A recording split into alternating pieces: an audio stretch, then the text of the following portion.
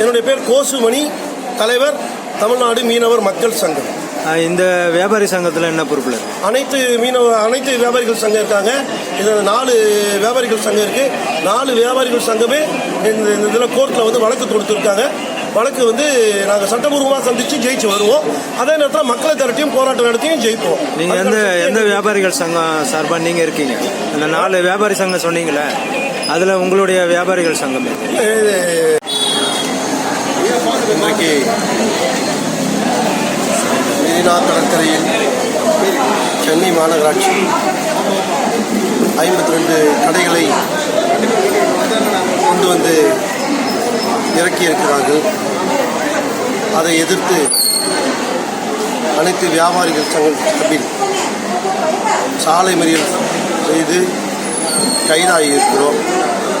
எங்களுடைய கோரிக்கை என்னவென்று சொன்னால், கடந்த 40 ஆண்டுகளுக்கு மேலாக மீனவ மக்கள் மற்றும் பல்வேறு சமூக மக்கள்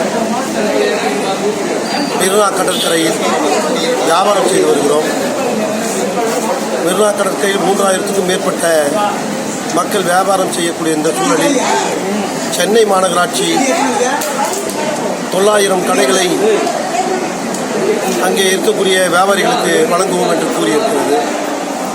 இதை நாங்கள் முழுமையாக எதிர்க்கிறோம். நாங்கள் 3000 கடைகளை வைத்து பிழைப்பு நடத்தியிருக்கக்கூடிய எங்களுக்கு 900 கடைகளை கொடுப்பதை ஒரு காலமும் நாங்கள் ஏற்றுக்கொள்ள மாட்டோம் என்று கூறினோம். இந்த நிலையில் சென்னை உயர்நீதிமன்றத்தில் தலையிட்டு அவர்களுக்கு 900 கடைகளை வழங்குங்கள், அதில் 60% கடைகளை அங்கே பாரம்பரியமாக வைத்திருக்கக்கூடிய மக்களுக்கும் 40% கடைகளை வெளியில் இருக்கக்கூடிய தமிழகம் முழுவதும் இருக்கக்கூடிய யார் வேண்டுமானாலும் குழுக்களில் வரலாம் அப்படின்னு சொன்னதை நாங்கள் ஏற்றுக்காமல் தொடர்ந்து போராடிக்கிட்டு இருக்கோம். அந்த போராட்டத்துடைய ஒரு சூழலில் தான் இன்றைக்கு சென்னை மாநகராட்சி அந்த 900 கடைகளுக்கான கடைகளில் ஒரு 52 கடைகளை வந்து இன்றைக்கி இறக்க வந்தாங்க. அதை எதிர்த்து நாங்கள் ஒட்டுமொத்த மக்களும் வியாபாரிகளும் போராடுறோம். எங்களுக்கு ஒரு விஷயம் புரியவே இல்லை.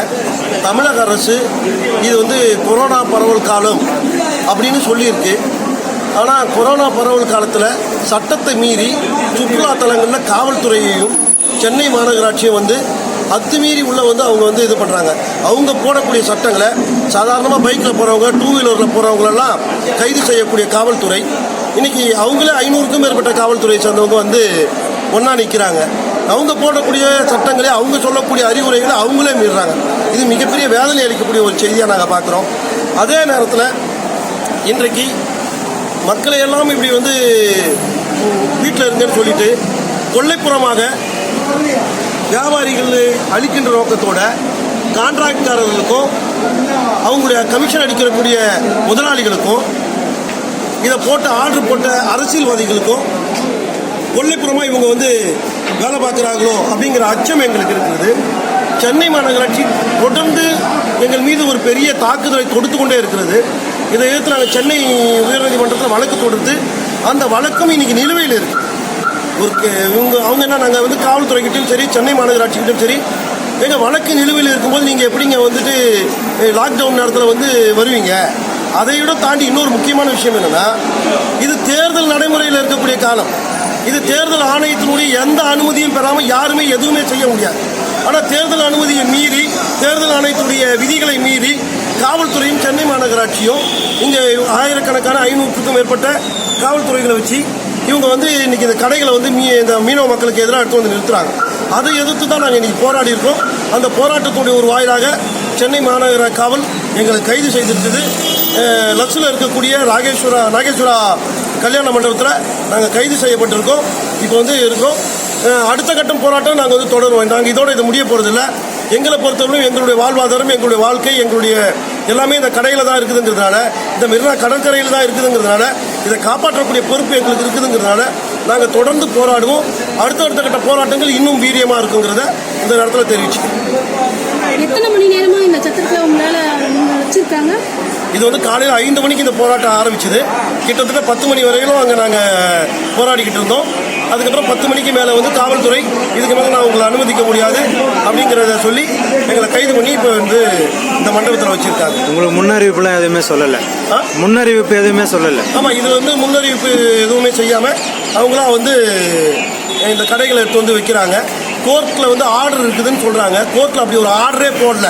கோர்ட்டில் ஆர்டர் என்ன போட்டிருக்குதுன்னா, இந்த கடைகளை நீங்கள் டெலிவரி செய்யுங்கன்னு தான் போட்டிருக்குது. எடுத்துன்னு வந்து கடற்கரை ஓரத்தில் வைங்க அப்படின்னு சொல்லிட்டு எந்த ஆர்டருமே போடலை. ஸோ சட்டத்தை மதிக்கக்கூடிய காவல்துறையும், சட்டத்தை மதிக்கக்கூடிய அரசும், சட்டத்தை மதிக்கக்கூடிய சென்னை மாநகராட்சியும் சட்டத்தினுடைய விதிகளையே பார்க்காம சட்ட விதிமீறல்களில் அவங்க தொடர்ந்து ஈடுபடுறாங்கங்கிறது தான் நாங்கள் இதை பார்க்குறோம். சட்டத்தை காக்க வேண்டியவங்களே சட்டத்தை காக்காமல் இருப்பது வந்து எங்களுக்கு ஆச்சரியமாகவும் அதிர்ச்சியாகவும் இருக்குது. அதுவும் இந்த கொரோனா நேரத்தில் மக்கள் எல்லாம் வீட்டில் இருங்கன்னு சொல்லிட்டு அவங்க வந்து கொல்லைப்புறமாக வந்து உள்ள வந்து இந்த கடைகள்லாம் இங்கே வந்து வைப்பதற்கு முயற்சி எடுக்கிறத எங்களுடைய அனைத்து வியாபாரிகள் சங்கம் வன்மையாக கண்டிக்குது. அந்த கண்டிப்பினுடைய இதுதான் இந்த போராட்டம். இல்லை, உங்களுக்கு முன்னாடியே வந்து மாநகராட்சி அடையாள அட்டைலாம் கொடுத்துருக்காங்க. ஆமாம், ஏற்கனவே வந்து சென்னை மாநகராட்சி எங்களுக்கு 1456 அடையாள அட்டைகளை கொடுத்துருக்காங்க. அது இல்லாமல் இன்னும் 1000க்கும் மேற்பட்டவங்களுக்கு இன்னும் அடையாள அட்டை வழங்கப்படாமல் இருக்குது. நாங்கள் வந்து கோர்ட்டில் சொல்கிறோம், எங்களுக்கு ஏற்கனவே 1456 அடையாள அட்டை வழங்கப்பட்டிருக்குது. நீங்கள் குறைந்தபட்சம் 1456 அடையாள அட்டை வழங்கினவங்களுக்காவது கொடுங்கன்னு அப்படின்னு சொல்கிறோம். ஆனால் அதை அவங்க காதிலேயே வாங்கிக்கல. அது இல்லாமல் வந்து இந்த 60-40ங்கிற அந்த விஷயத்தை வந்து சொல்ல வராங்க. இதுதான் அந்த அடையாள அட்டை. இது சென்னை மாநகராட்சியே கொடுத்த அடையாள அட்டை. சென்னை மாநகராட்சி கொடுத்த அடையாள அட்டையை அவங்களே கணக்கில் வைக்கலன்னா இது யாரை ஏமாற்றுவது? இந்த அரசாங்கங்கள் யாருக்காக இருக்குது? மக்களுக்காக இருக்குதா அல்லது வந்து அதிகாரிகளுக்கும் கார்ப்பரேட் கம்பெனிகளுக்கும் இருக்குதாங்கிற கேள்வி எங்களுக்கு இருக்குது. அதனுடைய அடையாளம் தான் இந்த போராட்டம். இந்த போராட்டம் வந்து இன்னையோட முடியாது. தொடர்ந்து இந்த போராட்டம் நடக்கும். ஒவ்வொரு நாளும் ஒவ்வொரு விதமாக போராட்டமாக மாறும். நாங்கள் கடலில் இறங்குற போராட்டத்தை நடத்தலாம், அல்லது சாலை மறியல் நடத்தலாம், அல்லது ஏற்கனவே மெரினா கடற்கரையில் ஜல்லிக்கட்டு போராட்டத்தை நடத்துகிற மாதிரி நடத்தக்கூடிய எங்களுக்கு சக்தி இருக்குது. ஏன்னா மீனவர் நாங்கள் தான் வந்து ஜல்லிக்கட்டு போராட்டத்தை மாதிரி ஒரு போராட்டத்தை மாற்றுறதுக்கு சக்தி எங்ககிட்ட தான் இருக்குது. தமிழகம் முழுவதும் இருக்கக்கூடிய மீனவர்களை நாங்கள் ஒன்று திரட்டி கடற்கரை வழியாக வந்து நாங்கள் கொண்டு வந்து எங்களால் மெரினா பீச்சில் இறக்க முடியும். இதில் தமிழகத்தில் இருக்கக்கூடிய பல்வேறு அரசியல் கட்சிகள் எங்களுக்கு ஆதரவாக இருப்பாங்க. தமிழ் தேசிய கட்சிகள் எங்களுக்கு ஆதரவாக இருப்பாங்க. இளைஞர்கள் பெரிய அளவுக்கு ஆதரவாக இருப்பாங்க. மாணவர்கள் பெரிய அளவுக்கு ஆதரவாக இருப்பாங்க. இந்த போராட்டம் மீண்டும் ஒரு ஜல்லிக்கட்டு போராட்டமாக மாறும். அதற்கான முயற்சிகளை நாங்கள் தொடர்ந்து செய்வோம். இந்த போராட்டம் இன்னையோட நிற்காது. இந்த நேரத்தில் தெரிவிச்சுக்கிறேன். ஐயா, இது எத்தனை ஆண்டு காலமா நீதிமன்றத்தில் வந்து இந்த வழக்கு நடைபெற்று இருக்கு? இந்த வழக்கு வந்து 2 ஆண்டுகளாக வந்து நீதிமன்றத்தில் வழக்கில் இருந்துகிட்டு இருக்குது. இந்த கேஸ் வந்துட்டு பீட்டர் ராயன்னு சொல்லிட்டு ஒருத்தர் வந்து ஆழ்கடல் மீன்பிடிப்பு சம்பந்தமாக ஒரு வழக்கு தொடுத்தாரு. ஆனால் ஜட்ஜி வந்து அந்த வழக்கை தள்ளி போட்டுட்டு சோமோட்டமாக இந்த கேஸை எடுத்துக்கிட்டாரு. அதாவது இந்த மீன் பீச்சை வந்து கடைகளை அழகுபடுத்தணும் அப்படிங்கிற பேரில் ஒரு நார்த் இந்தியன் ஜட்ஜி, அவருக்கு தமிழகத்துடைய மீனவ மக்களுடைய கலாச்சாரமோ இல்லை தமிழர்களுடைய கலாச்சாரமோ அவருக்கு தெரியாது. ஆனால் அவருக்கு தெரியாததுனால அவர் வந்து இந்த மாதிரி வந்து இது போட்டு போயிருக்காரு. அதை வந்து நாங்கள் ஏற்றுக்கல. மக்களுக்காக தான் சட்டமே தவிர சட்டத்துக்காக மக்கள் இல்லை என்பதை நீதிபதிகளும் புரிஞ்சுக்கணும். மக்களுடைய உணர்வையும் மக்களுடைய எண்ணங்களையும் புரிஞ்சிக்காம நீதிமன்றம் இருக்குமானால் அதுவே தப்பாக தான் இருக்கும் நாங்கள் நினைக்கிறோம். நாங்கள் நீதிமன்றத்தினுடைய ஆர்டரை மதிக்கிறோம். அதில் ஒன்றும் எங்களுக்கு மாற்று கருத்து கிடையாது. நீதிமன்றம் சரியான ஆர்டர் கொடுக்கறதுக்கு முன்னாடியே இவங்க வந்து இங்கே வந்து வைக்கிறது தான் நாங்கள் வன்மையாக கண்டிக்கிறோம். அந்த நேரத்தில்